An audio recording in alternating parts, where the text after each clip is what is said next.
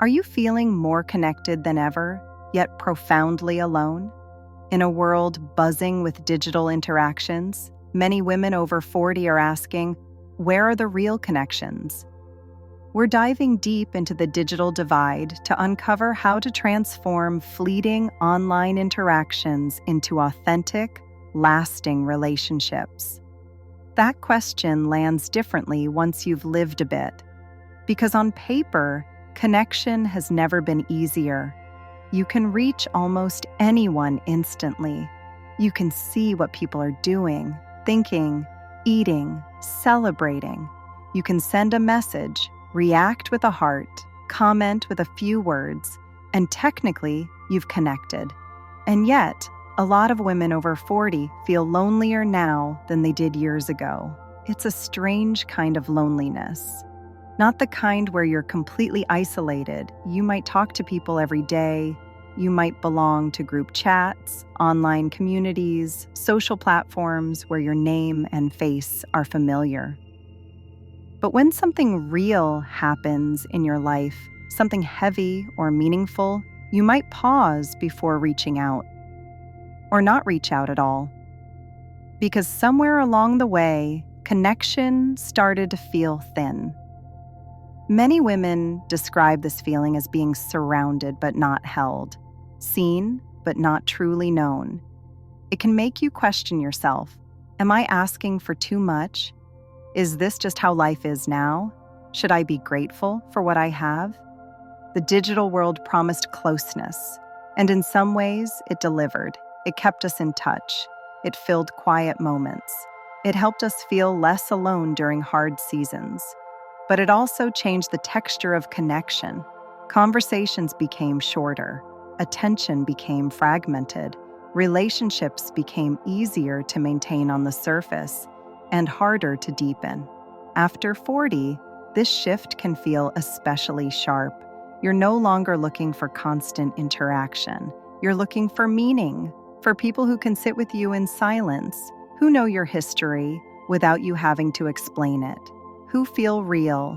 This video isn't about blaming technology or romanticizing the past. It's about naming something many women feel but rarely say out loud. That being digitally connected doesn't automatically mean feeling connected in your body, your heart, your life.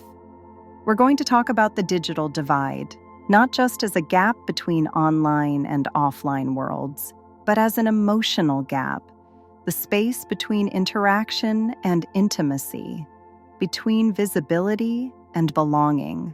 If you've ever closed an app and felt emptier than before you opened it, you're not alone.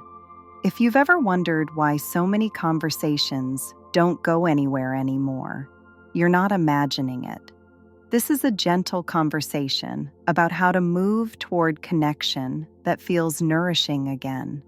Not by rejecting the digital world, but by learning how to use it differently, more intentionally, more honestly. You don't need more people. You need real connection. And that's still possible, even now.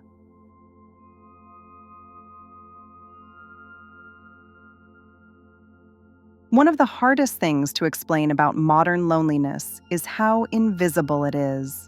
From the outside, it can look like you're doing fine. You might have a phone full of contacts, social media accounts that show interaction, messages coming in throughout the day. And yet, something feels off. This is the mirage of connection, the sense that because you're in constant contact, you must be connected. But connection isn't measured in notifications. It's felt in presence, in depth, in the way someone responds when you speak honestly. For many women over 40, social media has become both a lifeline and a letdown.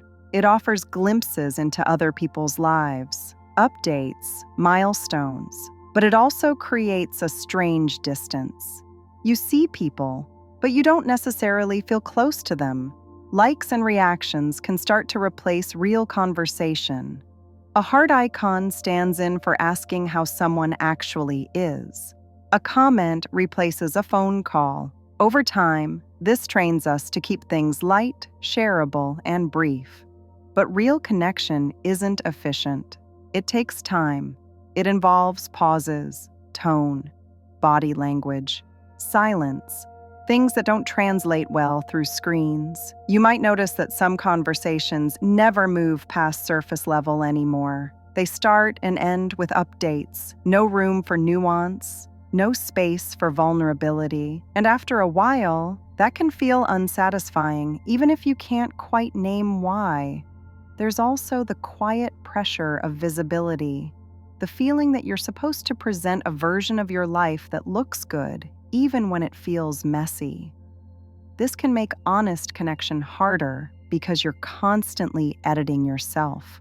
For women in midlife, this can be especially exhausting. You've already lived through enough to know that life isn't tidy. You don't want to perform anymore. You want to be real. But the digital world often rewards performance over presence, highlight reels over honesty, and that can leave you feeling unseen even when people are paying attention. The mirage works because it feels like connection until you need something deeper, until you want to talk about grief, change, uncertainty, or growth. Then the limits become clear. This doesn't mean online spaces are bad. It means they're incomplete. They give the outline of connection, not the substance. Noticing this gap isn't pessimistic, it's honest. And honesty is where change begins. Once you see the mirage for what it is, you can start asking different questions. Not how many people am I connected to, but where do I feel safe being myself? Where do conversations linger? Where do I feel met, not skimmed? Those questions point towards something real, and that's where we'll go next.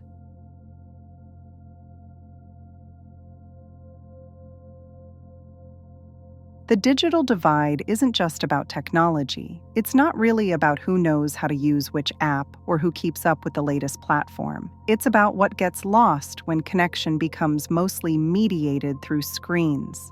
For many women over 40, this divide shows up in subtle ways. You might have people you interact with regularly online, but struggle to think of someone you'd call if you had a bad day. You might know a lot about people's lives, yet feel strangely disconnected from them. Online interaction tends to flatten things. Tone gets lost. Context disappears. Conversations are often rushed or interrupted. You're rarely fully present, and neither is the other person. There's always something else competing for attention. Over time, this can affect how safe you feel opening up. It's easier to keep things light, easier to respond with a quick emoji than with honesty, easier to stay polite than vulnerable. For women navigating midlife, this can be painful. This is often a season where deeper connection matters more, not less. You're dealing with changes in identity, health, relationships, family roles. These aren't things you want to reduce to a few lines of text. There's also a generational element here. Many women over 40 didn't grow up socializing online. Connection once meant sitting across from someone, hearing their voice, reading their expressions. The shift to digital-first relationships can feel disorienting, even if you've adapted outwardly. You may notice a longing for something slower, conversations that don't feel transactional, time together that isn't multitasked, being listened to without distraction. The emotional toll of superficial interaction builds quietly. You may feel drained after scrolling, even though you haven't done anything demanding. You may feel more aware of what you're missing after being connected all day. This doesn't mean you're failing at modern life. It means your nervous system and emotional needs haven't changed just because the tools have. Humans still connect best through presence, through shared space, through being witnessed in real time. The digital divide becomes especially clear when you try to turn online acquaintances into real friendships. You might exchange messages for months, but never quite cross into meeting. Or you meet and realize how different it feels without the buffer of screens. This gap can feel discouraging. You might wonder if meaningful connection is just harder now, or if you're expecting too much.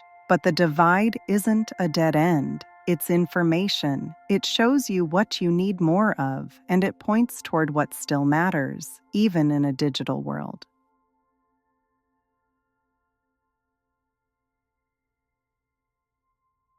When connection starts to feel thin, many women instinctively try to fix it online. More messages, more engagement, more effort. But real depth often comes from doing the opposite, from stepping back into physical spaces where connection can unfold naturally. Reclaiming real-world rituals doesn't mean becoming overly social or busy. It means reintroducing small, consistent moments of presence into your life.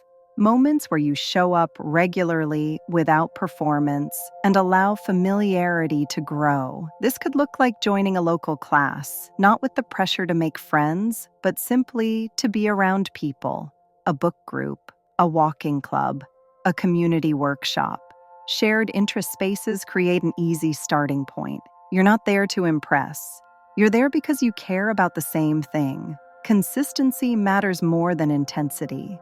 Seeing the same faces over time builds trust quietly. Conversations deepen because they don't have to start from scratch each time. You move from polite exchanges to recognition, then to comfort. Vulnerability plays a role here too, though not in the dramatic sense. It's vulnerability to keep showing up, to say a little more than you usually would, to admit you're new or unsure or simply curious.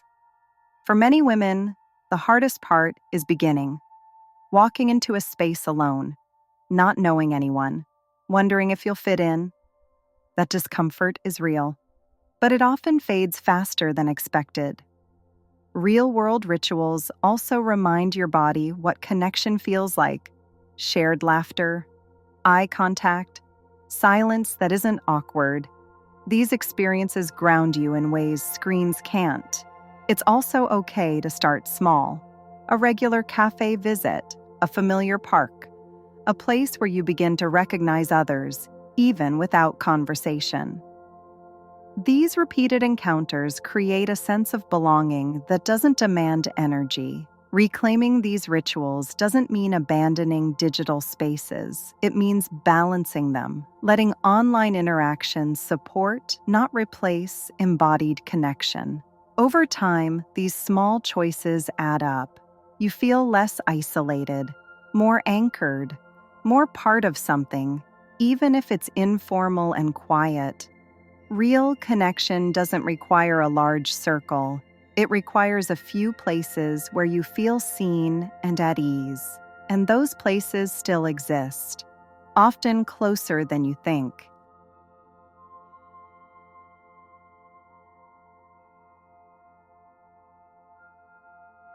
The answer to feeling disconnected isn't to abandon the digital world entirely.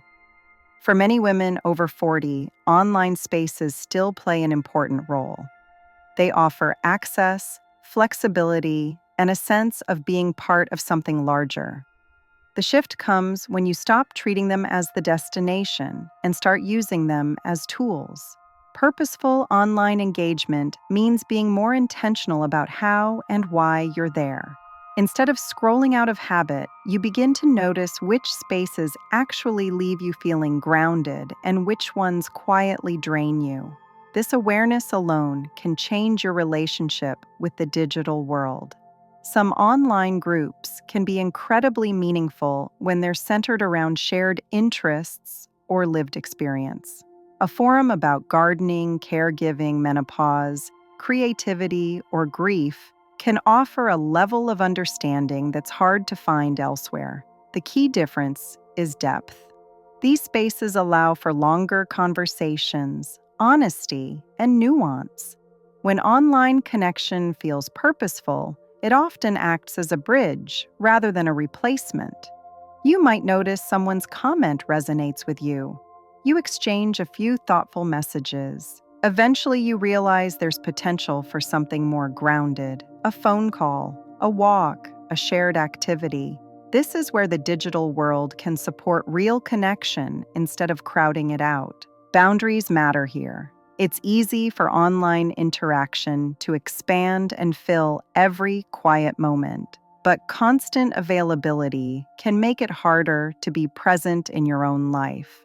Choosing when to engage and when to log off protects your energy. Many women find relief in giving themselves permission to step back, not responding immediately, not keeping up with everything, letting conversations unfold at a human pace instead of a digital one. Purposeful engagement also means being honest about what you're seeking. You don't have to perform. You don't have to appear endlessly upbeat or put together. When you show up as yourself, you attract people who resonate with that honesty. Online platforms are neutral. How they feel depends on how they're used. When you approach them with intention, they can help you identify like-minded people and opportunities for connection that extend beyond the screen. The digital world doesn't have to replace real relationships. It can support them, guide them, and sometimes gently introduce them. When used thoughtfully, it becomes one part of a larger ecosystem of connection, not the whole thing.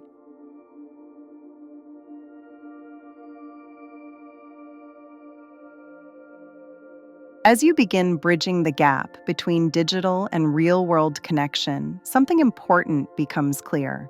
You don't need a large circle. You need an authentic one. After 40, many women feel less interested in maintaining relationships that require constant effort or emotional performance. You want ease, mutuality, presence, people you don't have to explain yourself to.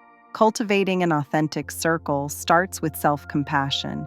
It's normal for relationships to change over time. It doesn't mean you've failed or that something is wrong with you. People grow in different directions. Priorities shift. That's part of life. Letting go of relationships that no longer fit can feel sad, even when it's necessary. There may be grief for what once was. Space for that matters. At the same time, choosing quality over quantity creates room for deeper connection. You might have fewer people, but the interactions feel richer, more honest, less draining. Authentic circles are built slowly, through repeated contact, through showing up as you are, through allowing relationships to develop without forcing them into labels or expectations.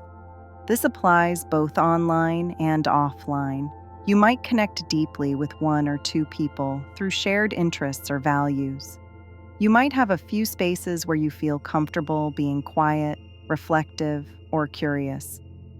These relationships don't need constant validation. They don't rely on constant communication. They're steady even when there's space. Part of cultivating authenticity is accepting that not everyone will understand you, and that's okay. You don't need to be universally liked or available. You just need to feel at ease with the people you choose to keep close. There's also value in being patient. Connection can't be rushed. Trust builds through time and consistency, through small acts of showing up. As you shift away from digital overwhelm and toward more intentional connection, your circle may look different than it once did. Smaller, quieter, more grounded, and that's not a loss. It's refinement. The goal isn't to eliminate loneliness entirely. It's to reduce the kind of loneliness that comes from being surrounded by people, but not truly known. Authentic connection doesn't require perfection. It requires honesty. And honesty begins with choosing relationships that feel aligned with who you are now.